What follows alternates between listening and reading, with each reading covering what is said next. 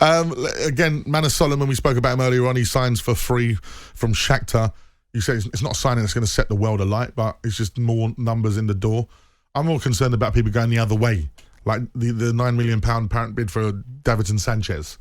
The fact that Harry Winks has now gone. These kind of things, these are positive moves for me. Yeah, but you can't.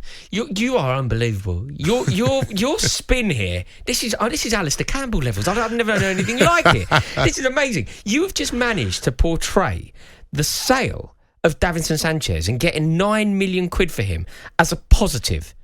He means he's not there anymore. Think about how much. You're basically £30 million down and a load of bad performances down on that deal. Selling Sanchez for a quarter of what you paid for him off the back of those performances cannot be positioned as good news, I'm afraid, Majestic. Even in this halcyon, beautiful world that you live, that is only bad news for Tottenham. Well, I'll tell you what, I would happily pay $9 million to get rid of him. So for me, it's a win. Rory, question for you. If you could swap Poch for any manager in the Premier League, who would you have barring Pep? And same question to you, Madge. What was that?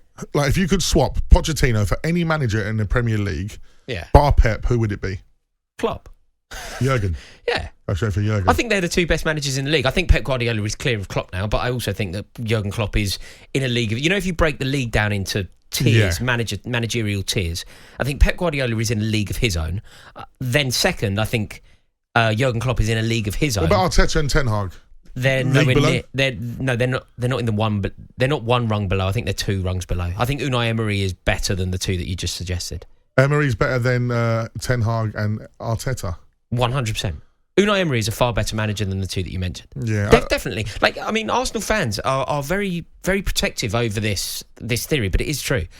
Unai Emery is a better manager than Mikel Arteta. Like, Unai Emery has actually proved that. I know it didn't go particularly well for him at Arsenal, and I know that they looked down on that period, the Emery era, as being quite a painful one. I think he was mocked a bit and he wasn't taken seriously just because of the whole good evening. Do you know what? He came back with Villarreal. He came back to the Emirates. Done.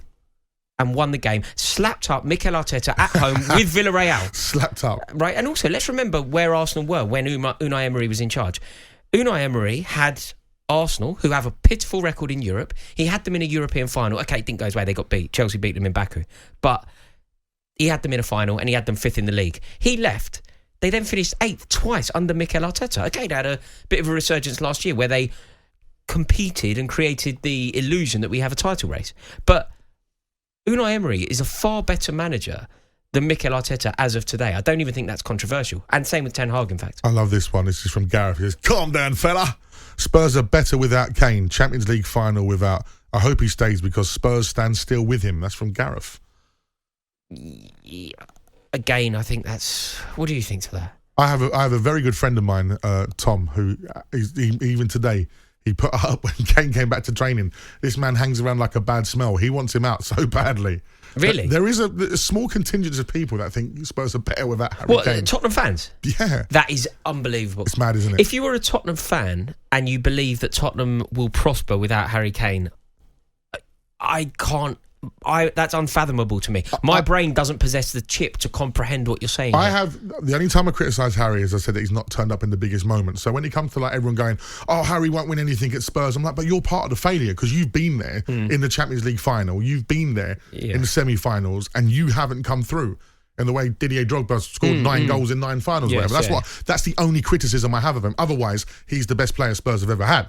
I believe that he's certain. I just think, do you know, it's a really weird situation for me because I have no love for Tottenham Hotspur, that's for sure. You do, but really. With Harry Kane, I actually like him. I think he's so good. I think he's truly elite. I think he's one of the very best to have ever played the game, one of the very best that we've ever produced. And I actually think he's a winning footballer, just without the wins because he plays for Tottenham.